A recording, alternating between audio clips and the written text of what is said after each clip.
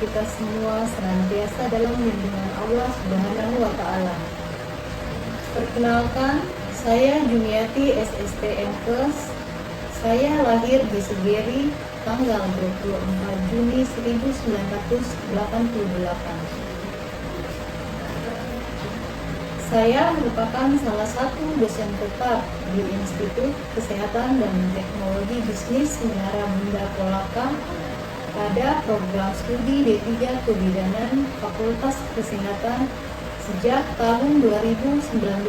Untuk riwayat pendidikan saya adalah lulusan D3 Kebidanan Stikes RS Udaya Makassar tahun 2009. Dan melanjutkan pendidikan D4 Bidang Pendidik di Universitas Negaraski Makassar tahun 2010. Kemudian S2 di Pasca Sarjana Universitas Muslim Indonesia Makassar tahun 2018. Saat ini saya dalam proses mengikuti Serdos Gelombang 1 yang diselenggarakan oleh Kemendikti-Sentek tahun 2025.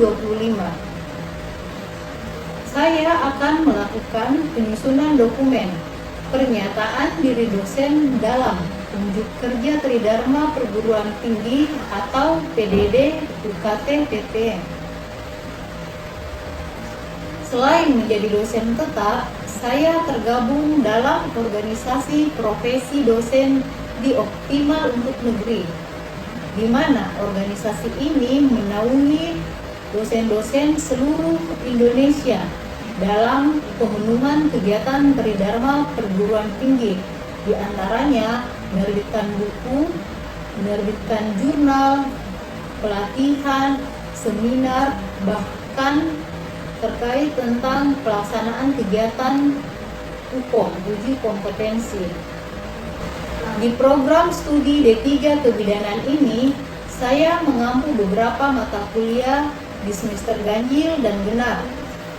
Beberapa mata kuliah yang saya ampu: pertama, asuhan kebidanan 1 kehamilan; kedua, komunikasi dalam praktek kebidanan; ketiga, gizi dalam kesehatan reproduksi; keempat, mutu pelayanan kebidanan; dan yang kelima, asuhan kebidanan 2 persalinan.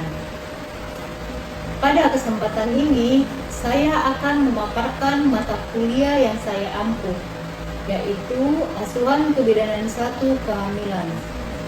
Saya mengajar asuhan kebidanan 1 kehamilan pada semester genap tahun ajaran 2023-2024 dengan bobot 5 SKS yang terdiri dari 3 teori dan 2 praktek.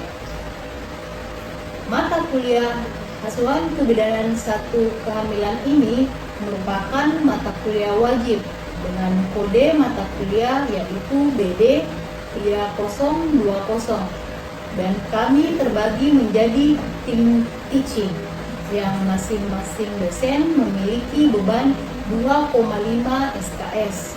Adapun CPMK pada mata kuliah asuhan kebidanan 1 kehamilan ini, yang pertama, mahasiswa mampu memahami konsep dasar asuhan ibu hamil.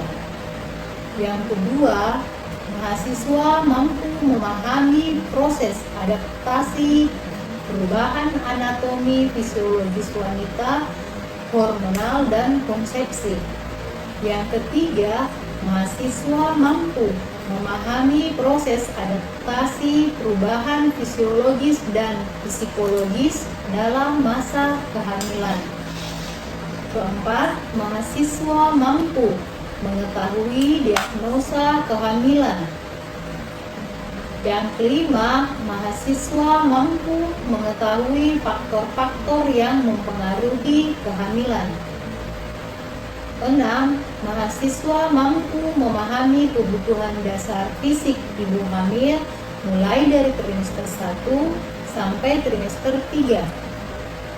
7. Mahasiswa mampu memahami kebutuhan dasar psikologis ibu hamil mulai dari trimester 1 sampai trimester 3. 8. Mahasiswa mampu mengetahui asuhan kebidanan kehamilan. 9. Mahasiswa mampu memahami deteksi dini komplikasi pada ibu hamil dan janin. 10. Mahasiswa mampu memahami deteksi dini penyulit pada ibu hamil dan janin. 11.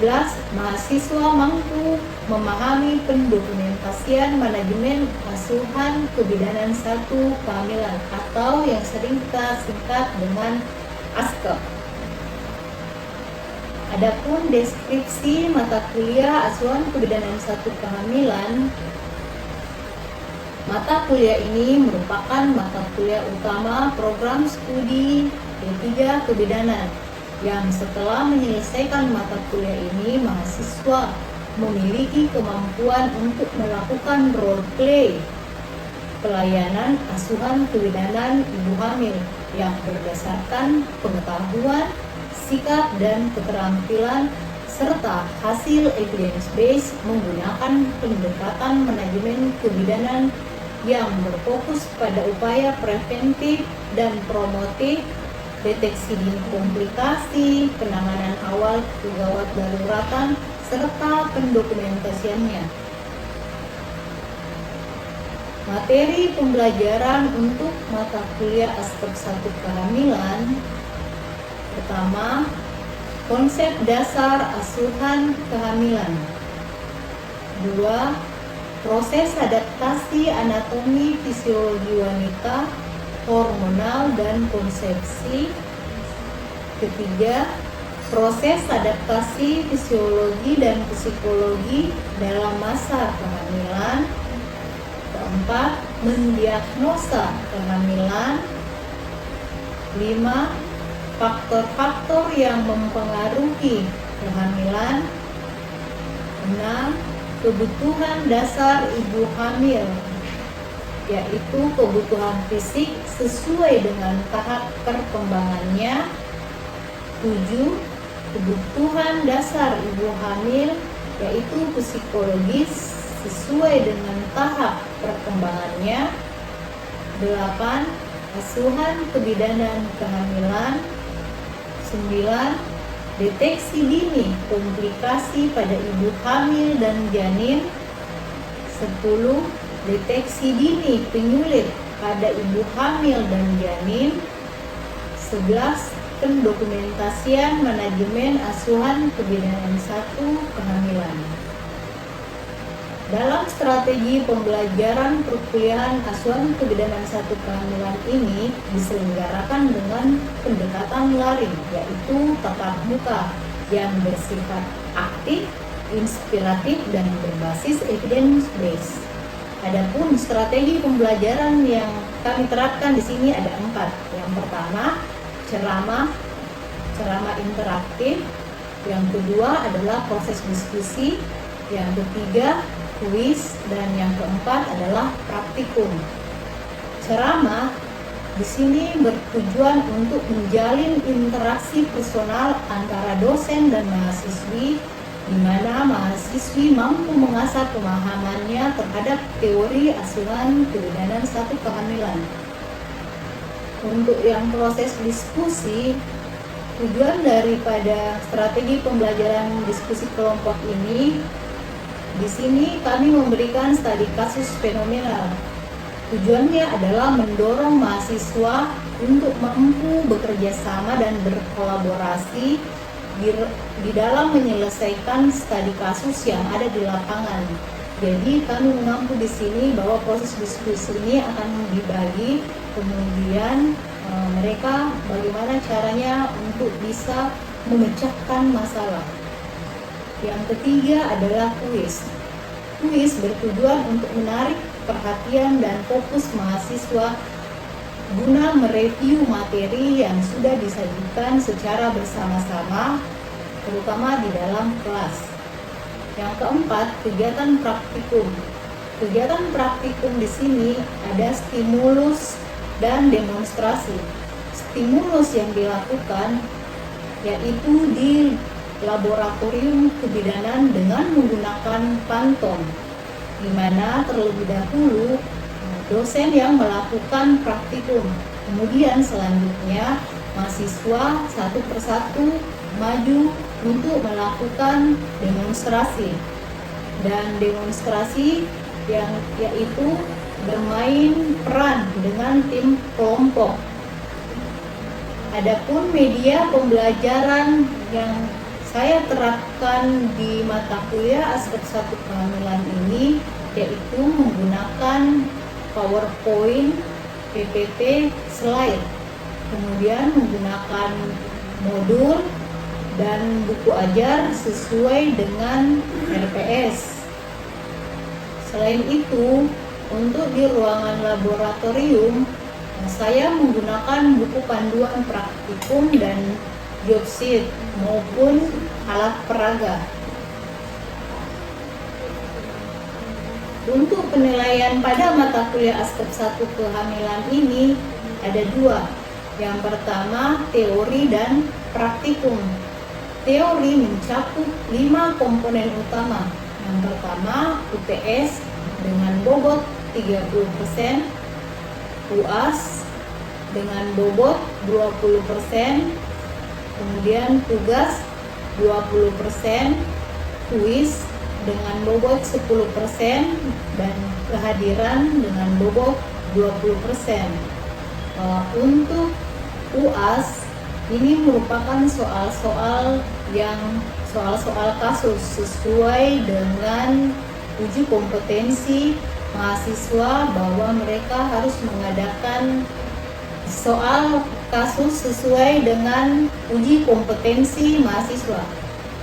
Yang kedua, penilaian di praktikum itu terbagi menjadi 4. Yang pertama, kehadiran dengan bobot 10%, kemudian sikap dengan bobot 10%, keterampilan 60%, dan yang terakhir laporan praktikum 20%. Kenapa di keterampilan membutuhkan 60%? Karena diharapkan mahasiswa setidaknya pada saat di dalam kampus sudah mahir melaksanakan asuhan kebidanan 1 kehamilan, sehingga kelak pada turun di lapangan dia mampu secara mandiri melakukan pelayanan asuhan 1 kebidanan, baik itu di puskesmas maupun di rumah sakit.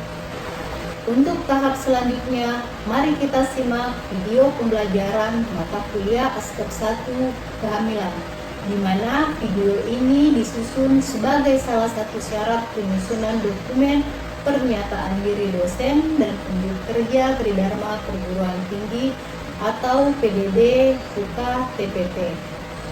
Terima kasih.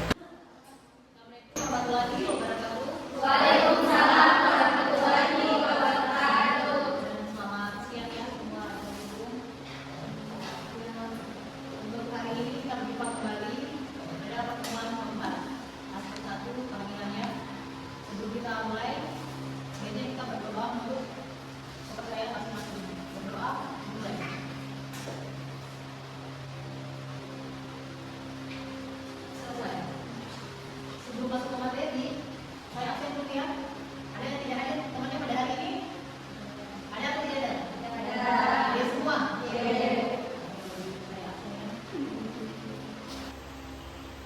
Nah, saya mau tanya dulu pada semua yang ada di bawah, masih ingat tidak pertemuan kita yang lalu? Atau ada yang sudah lupa? Masih ingat pertemuan yang lalu? Silahkan angkat tangan. Ada yang ingat materi kita yang lalu? Silakan. Coba silakan. Baik, adapun materi minggu lalu yang dapat saya simpulkan, yang pertama perubahan adaptasi psikologis ibu. Adapun poin-poinnya, perubahan fisik trimester 1 sampai trimester 3, pertumbuhan berat badan janin, sering BAK, morning sickness, peregangan paru dan payudara, sakit punggung, perubahan psikologis trimester 1 sampai 3, libido menurun, rasa tidak nyaman, kekhawatiran jadi ibu. Yang kedua itu perubahan adaptasi psikologis. Adapun poin-poinnya sistem reproduksi uterus, serviks, vagina, ovarium,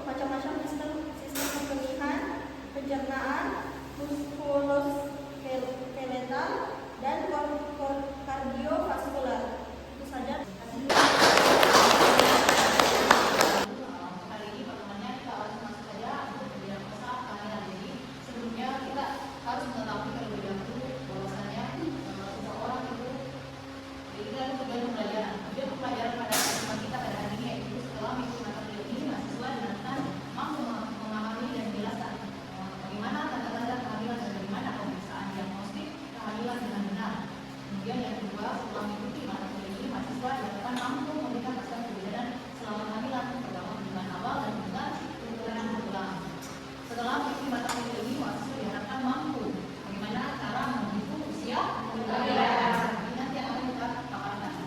Jadi kita sampaikan terlebih dahulu ya, kita masuk ke bulan 12, orang perempuan bisa saja memiliki semua tanda dan gejala kehamilan, tetapi dia tidak hamil. Jadi jangan bilang, oh ada tanda gejalanya, ternyata dia tidak hamil. Akan tetapi ada juga yang mempunyai beberapa tanda ataupun gejala, tetapi ternyata dia hamil. Jadi ini merupakan dasar untuk mendiagnosis bahwa bagaimana seseorang itu dikategorikan bahwa dia hamil atau tidak. Penting untuk diperhatikan untuk mengandalkannya dalam mendapatkan kepastian bahwa betul tidak seseorang ini hamil atau tidak. Untuk mengetahui berapa jumlah kehamilan itu sebenarnya adalah 280 sampai 300 hari.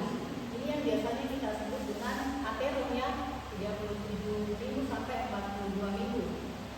Dengan berat janinnya yaitu 1000 gram. Sementara yang prematur itu 29 sampai 36 minggu. Itu dia prematur apabila terjadi persalinan. Kalau lewat bulan itu di atas 42 minggu. Ada yang tahu sering disebut dengan istilah kehamilan yang serotinus. Jadi dia lewat bulan ya. Nah, kita masuk ke poin yang pertama, yaitu tanda-tanda kehamilan. Jadi tanda-tanda kehamilan itu sebenarnya ada 3.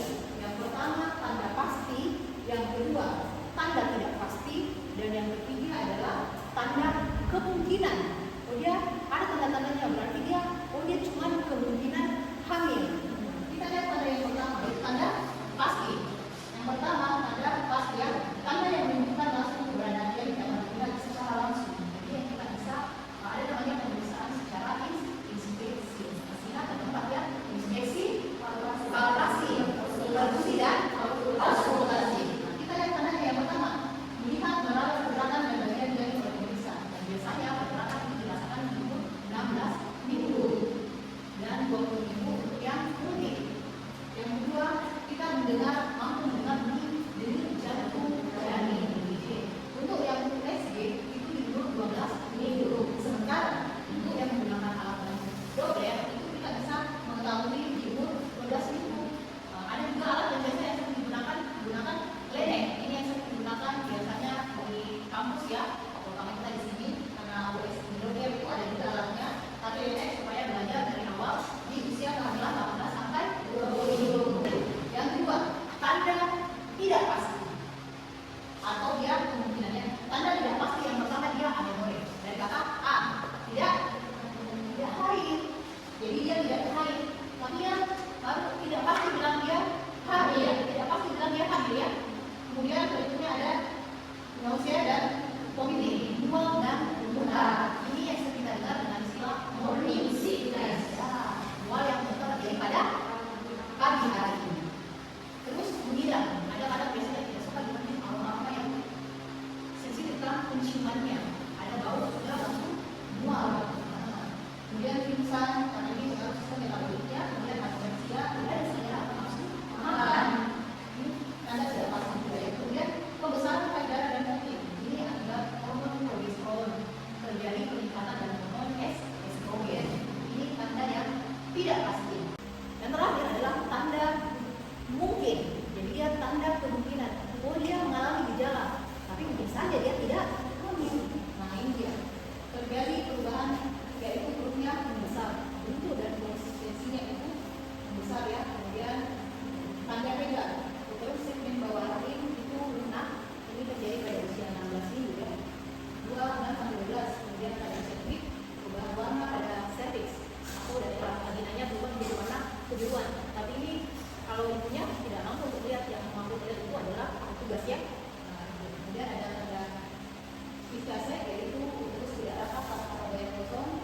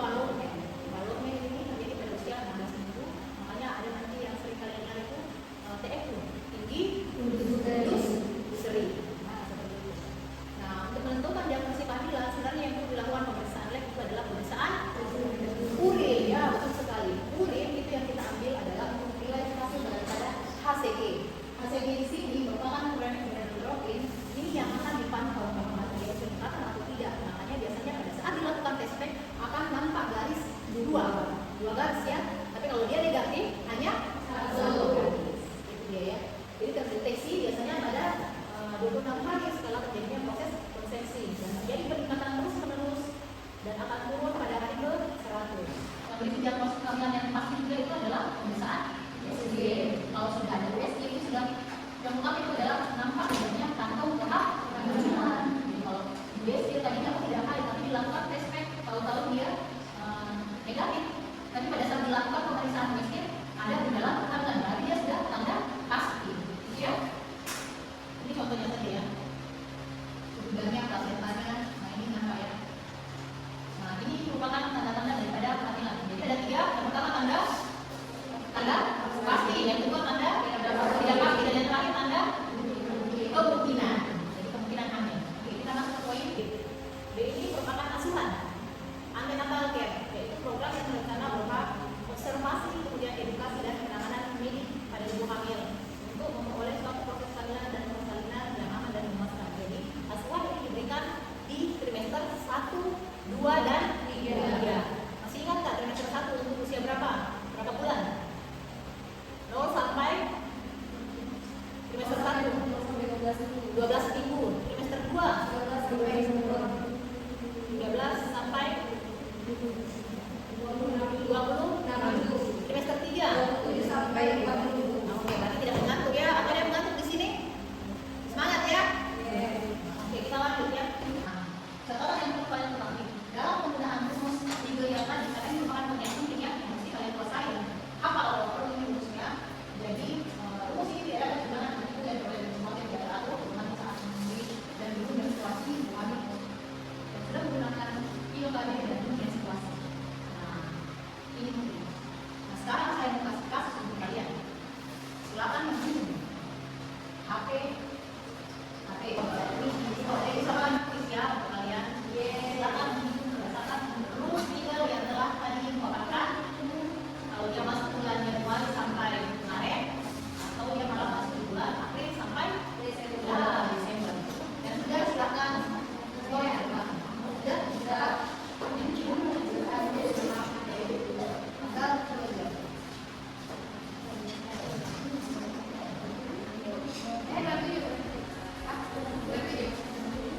yang jawab 21 bulan 7 2022 siapa? Coba katakan.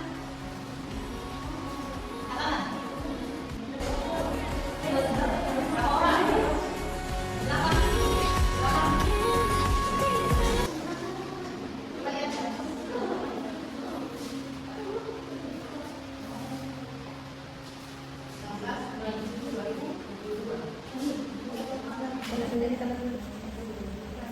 Berarti yang kita hitung itu adalah dari tanggal 9-nya. 9 ditambah 7 berapa hasilnya? 16. Jadi yang benar adalah 16 bulan 7 2022.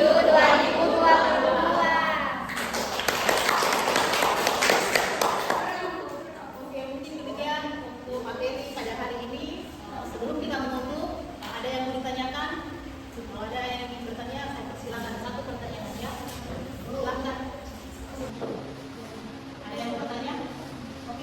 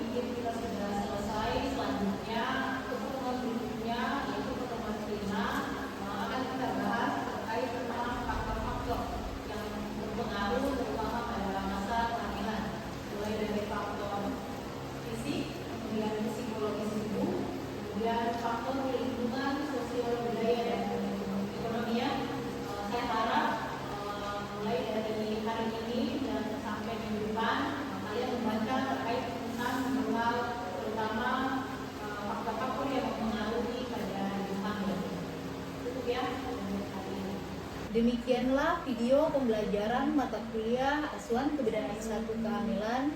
Kurang dan lebihnya mohon dimaafkan. Assalamualaikum warahmatullahi wabarakatuh.